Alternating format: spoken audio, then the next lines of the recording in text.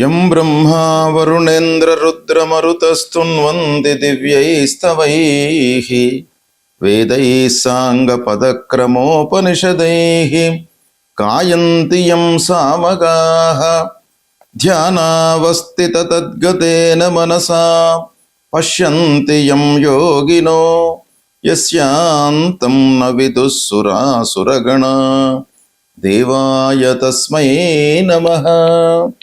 శ్రీ మహాగణాధిపతయే నమః. శ్రీ మహాసరస్వత్యై నమః. శ్రీ గురుభ్యో నమః. గురు గోచారము ఎలా ఉంది ఈ సంవత్సరము? ప్రధానంగా గురువు యొక్క సంచారము చాలా ప్రభావాన్ని చూపిస్తుంది జాతకుని పైన.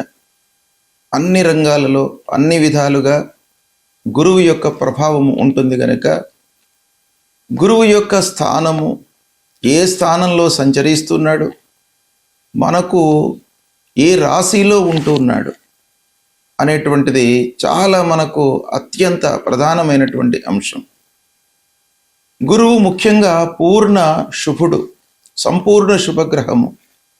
కాబట్టి అలాంటి గురువు యొక్క సంచారము ద్వాదశ రాశుల వారికి ఎలా ఉంది అనే విషయాన్ని మనం తెలుసుకునే ముందు, ఈ సంవత్సరము గురువు రాశిత్రయ సంచారం చేస్తున్నాడు. అంటే 3 రాశులలో సంచరిస్తున్నాడు. జూన్ 2వ తారీఖు వరకు మిథున రాశిలో సంచరిస్తున్నాడు. తదనంతరం కర్కాటక రాశిలోకి ప్రవేశిస్తున్నాడు.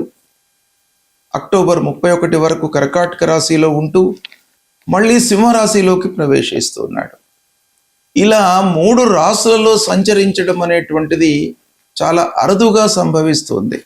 ప్రతి సంవత్సరం ఇలాంటిది జరగదు.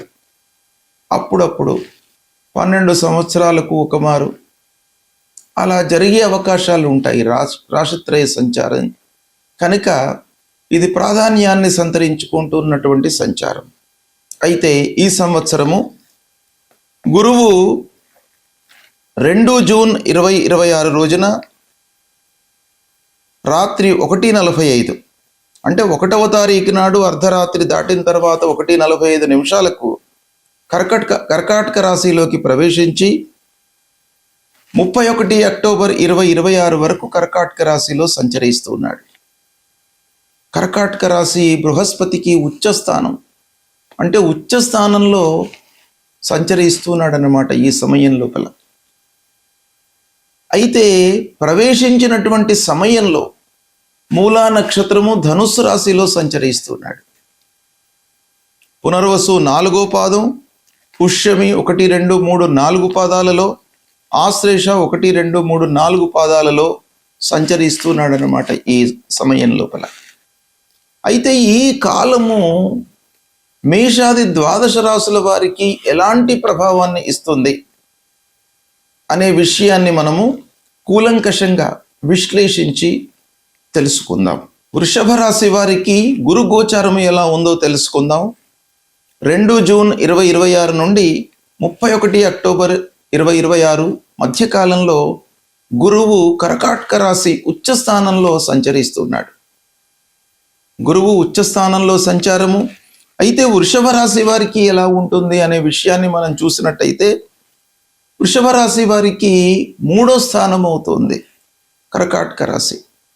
3వ స్థానము గోచార రీత్యా ప్రతికూల స్థానంగా చెప్పబడింది. అంతేకాకుండా చంద్రుని యొక్క ఆధిపత్యము కలిగినటువంటి కర్కాటక రాశి లోపల గురువు సంచరిస్తున్నాడు. అది శుక్రాధిపత్యం కలిగినటువంటి వృషభ రాశికి శత్రుస్థానం అవుతుంది. అయినా సహజంగా గురువు ఉచ్చస్థానంలో ఉన్నాడు గనుక కొంత మంచి ఫలితాలే జరుగుతాయి.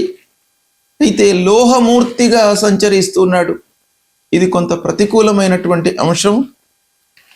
ఇక పాపగ్రహ యొక్క వేద లేదు, అది మనకు చాలా కలిసి వచ్చేటువంటి అంశం. ఈ విధంగా వృషభ రాశి వారికి ఉంది ఈ సమయం లోపల. వీటన్నిటినీ కూడాను క్రోడీకరించి సాముదాయికంగా మనం ఫలితాలను చూసినట్టయితే శ్రమ ఎక్కువగా ఉంటుంది. అంటే మీరు శ్రమించినట్టయితే మంచి ఫలితాలను పొందుతారు. ఓవర్లుక్ చేయకుండా ప్రతి విషయాన్ని కూడాను మీరు ఏకాగ్రతతో కూలంకషంగా దాని విషయం ఆలోచించి చర్చించి అనుభవజ్ఞులతో నిర్ణయాలు తీసుకున్నట్టయితే మీకు సత్ఫలితాలు కలిగేటువంటి అవకాశం బాగా ఉంది. అయితే ఫలితము పొందడంలో కొంత ఆలస్యం జరుగుతుంది. గోచార స్థానం ప్రతికూలం, శత్రు స్థానంలో సంచారం అయినప్పటికీ గురువు ఉచ్చలో ఉన్నాడు కాబట్టి ఫలితం మీకు అందుతుంది, కానీ కొంత ఆలస్యంగా అందేటువంటి అవకాశాలు ఉన్నాయి. ఇక కొన్ని విషయాలలో మిశ్రమ ఫలితాలు ఉన్నాయి. ముఖ్యంగా విద్యార్థులు శ్రమించవలసినటువంటి సమయము, పోటీ పరీక్షలలో అనుకూలమైనటువంటి ఫలితాలు ఉంటాయి, కానీ కొంత మీరు ఎదిరి చూడవలసినటువంటి అవసరం ఉంటుంది. అంటే ఆలస్యంగా మీకు ఫలితం అందుతుంది. ప్రెషర్ అనేటువంటిది ఉంటుంది, ఒత్తిడికి లోనవుతారు. ఉద్యోగస్తులు కానీ, వ్యాపారస్తులు కానీ, విద్యార్థులు కానీ ప్రతి విషయం లోపల కూడాను ప్రెషర్కు గురి అయ్యేటువంటి అవకాశాలు ఉన్నాయి. ఉద్యోగస్తులకు ముఖ్యంగా ఈ సమయంలో ట్రాన్స్ఫర్ అయ్యేటువంటి అవకాశాలు ఉన్నాయి. వ్యాపారంలో చిన్న చిన్న లాభాలు కనబడుతున్నాయి.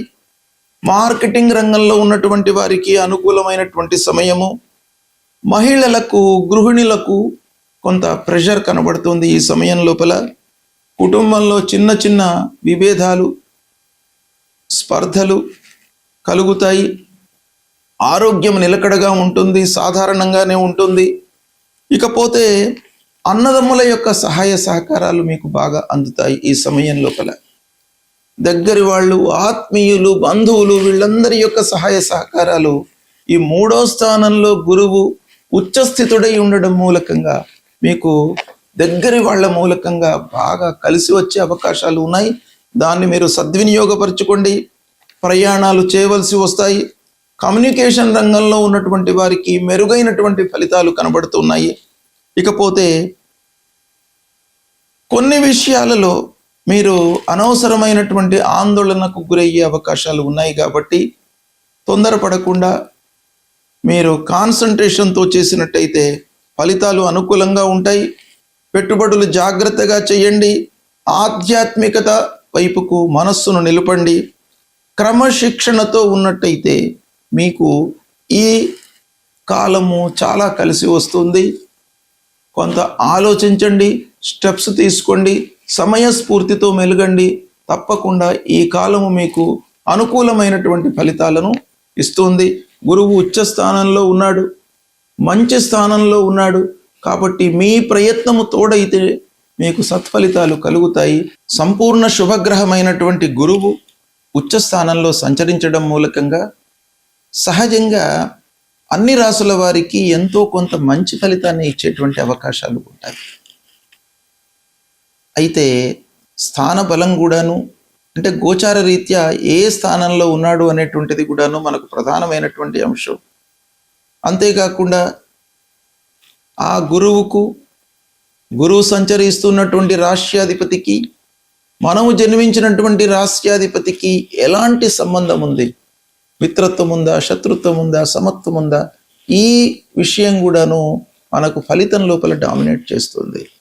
అంతేకాకుండా గురువు ప్రవేశమైనటువంటి సమయంలో చంద్రుడు ఉన్నటువంటి రాశి మూలకంగా మనకు కలిగేటువంటి మూర్తి నిర్ణయం, స్వర్ణమూర్తి, రజితమూర్తి, తామ్రమూర్తి, లోహమూర్తి, ఇలాంటి స్వభావము మనకు ఆ ప్రవేశ సమయం మూలకంగా కలుగుతుంది. తర్వాత గురువు ఏదైనా పాపగ్రహాల యొక్క వేద ఉందా, ఇవన్నీ కూడాను మనం లెక్కలోకి తీసుకొని పరిహారాలను మనం చేసుకోవాలి. అయితే గురువు ముఖ్యంగా పరిహారం ఏం చేసుకోవాలి గురువు ప్రతికూలంగా ఉన్నప్పుడు అనంటే, గురువు 2, 5, 7, 9, 11 స్థానాలలో సంచరిస్తున్నటువంటి సమయంలో శుభ ఫలితాలను ఇస్తాడు. స్థాన బలం బాగా ఉంటుంది ఈ స్థానాలలో సంచరిస్తున్నప్పుడు.